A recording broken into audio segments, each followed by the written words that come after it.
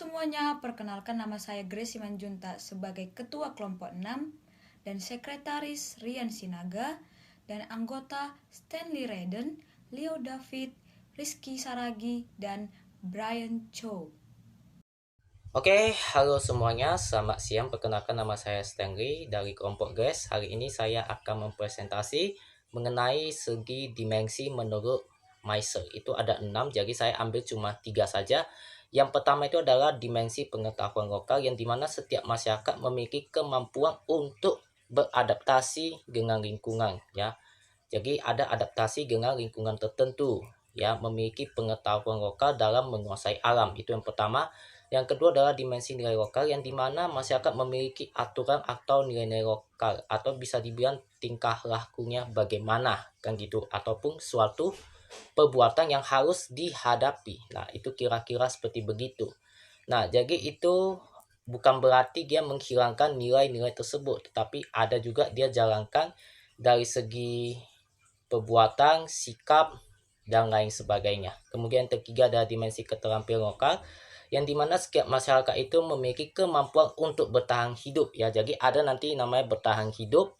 Nah, jadi itu untuk memenuhi kebutuhan. Jadi tujuan mereka bertahan hidup itu ya pasti ada kebutuhannya, kan gitu, ya kan.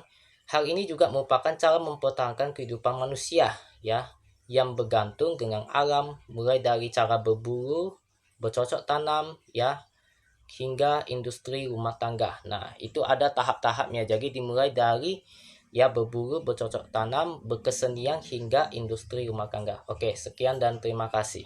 Sekarang kita akan membahas dimensi sumber daya lokal. Apa itu dimensi sumber daya lokal?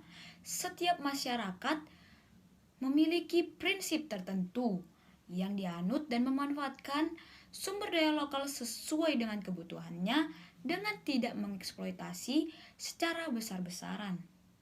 Yang kelima, dimensi mekanisme pengambilan keputusan lokal. Apa itu dimensi mekanisme pengambilan keputusan lokal? Setiap masyarakat pada dasarnya memiliki pemerintahan lokal dengan mekanisme pengambilan keputusan secara tradisional. Yang keenam, dimensi solidaritas kelompok lokal. Dalam suatu tatanan masyarakat, tentunya kita membutuhkan sikap kerjasama yang tertanam dengan baik dalam melakukan aktivitas sosialnya, budaya, dan ekonomi juga terhadap lingkungan kita sendiri. Ilmu PKWU topik kearifan lokal UMKM pada budidaya ikan hias. Turunannya, implikasi kearifan lokal dalam mempengaruhi UMKM serta tentukan penyebab dan akibatnya.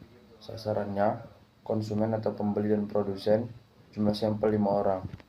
Nah, dalam tahap wawancara akan diwawancarai 25 orang, harga print 2.000, harga kuota 20.000, harga buku 2.000, dan harga pulpen 3.000. Di sini saya akan menjelaskan tentang cara pembuatan kuesioner yang telah ditentukan untuk membuat karya ilmiah.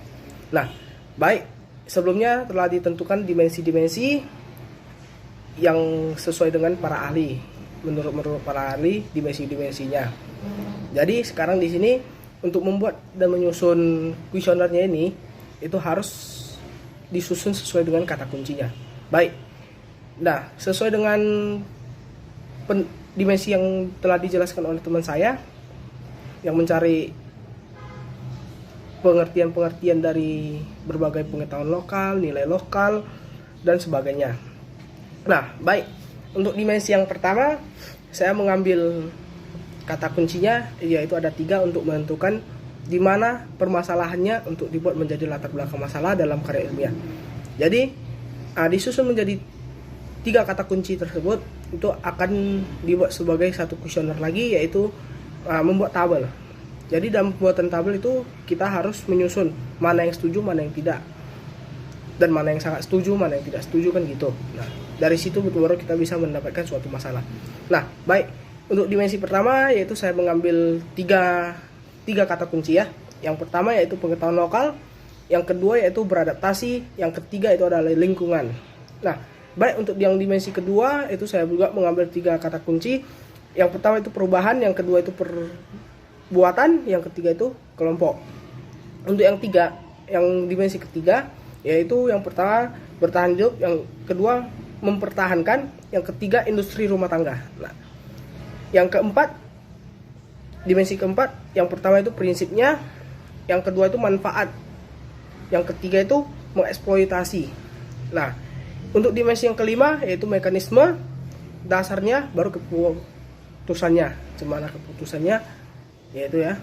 Nah, yang untuk yang dimensi keenam yaitu yang pertama tatanan, yang kedua lingkungan, yang ketiga melakukan. Nah, jadi saya membuat kata kunci ini harus sesuai dengan topik juga. Ya, topik saya yaitu memelihara ikan hias. Nah, jadi untuk yang pertama, yang dimensi pertama pengetahuan lokalnya, ya itu harus dibuat kuesionernya. Bagaimanakah menurut pendapat saudara gitu kan? Apa menurut pendapat saudara, apa dalam memelihara atau beternak ikan hias tersebut harus membutuhkan pengetahuan lokal kan gitu. Untuk yang kedua seperti beradaptasi.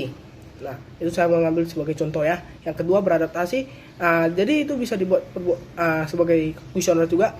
Bagaimana menurut pendapat saudara kalau kita melihara ikan hias atau menernak ikan hias, apakah diperlukan beradaptasi kan gitu. Jadi untuk yang ketiga lingkungan. Nah, apakah lingkungan tersebut sama ikan hias itu berpengaruh kan gitu. Jadi dari kata kunci tersebut kita buat menjadi suatu kuesioner. Jadi disitulah yang pertama membuat kuesioner adalah kata kuncinya. Baru kita bisa menyusun kuesionernya. Setelah menyusun kuesionernya itu akan dijawab atau diwawancarai kepada orang yang menguasai materi tersebut. Seperti orang yang menghobi ikan. Nah, di situ kita mewawancarai apa jawabannya, dan itu setelah itu kita akan membuat tabel sesuai dengan hasil wawancara tersebut. Ya, jadi untuk selanjutnya ya untuk jawaban kuesionernya nanti dijelaskan oleh teman saya. Sekian dari saya, terima kasih. Yang pertama menentukan topik tentang ikan hias. Yang kedua menentukan turunan dari topik itu. Topik itu contohnya jawabannya yaitu. Yang ketiga menentukan sasaran. Sasarannya itu bisa jadi penjual ataupun pembeli. Atau pembudidaya toko atau si pembudidaya ikan hias. Yang keempat menentukan jumlah populasi dan sampel.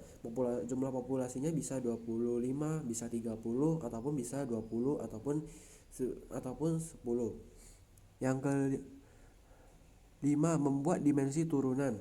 Dimensi turunannya yaitu dari soal-soal itu tersebut dibagi menjadi 3. Yang keenam menjabarkan dimensi dan mendapatkan pertanyaan.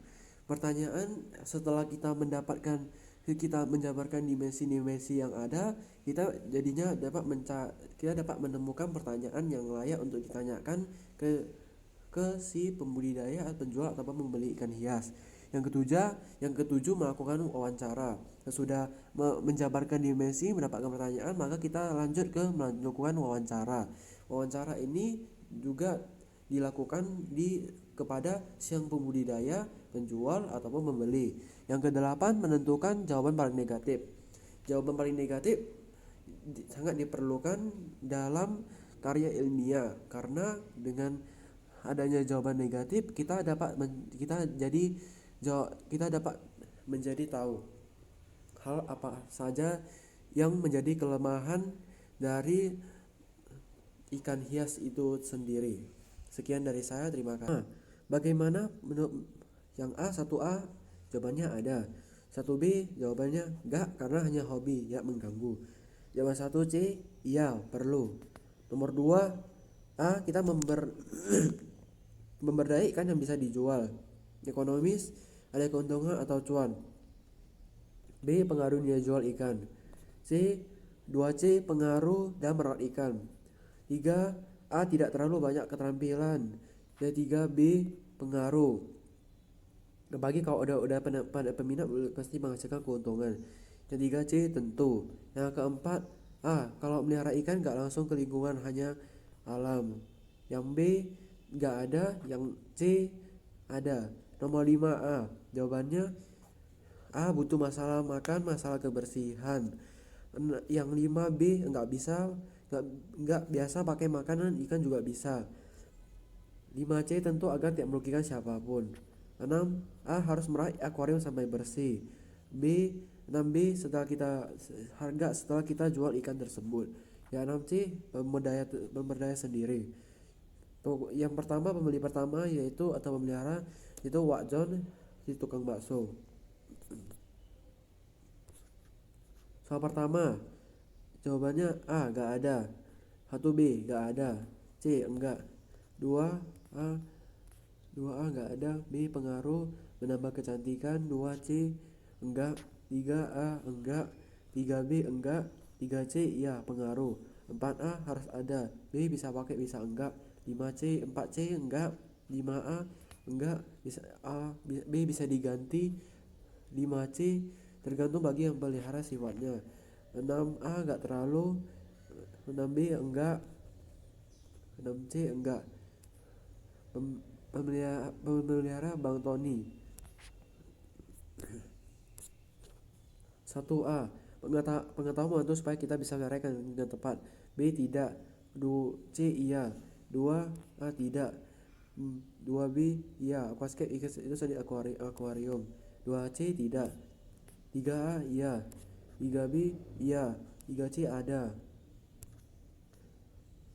4A, tidak ada. 4B, bagus, ikan sehat, tidak mudah kena penyakit. 4C, tidak. 5A, tergantung si pembudidayanya. 5B, benar. 5C, benar. 6A, tidak perlu. 6B, waktu budidaya udah besar dijual. 6C, tidak ada.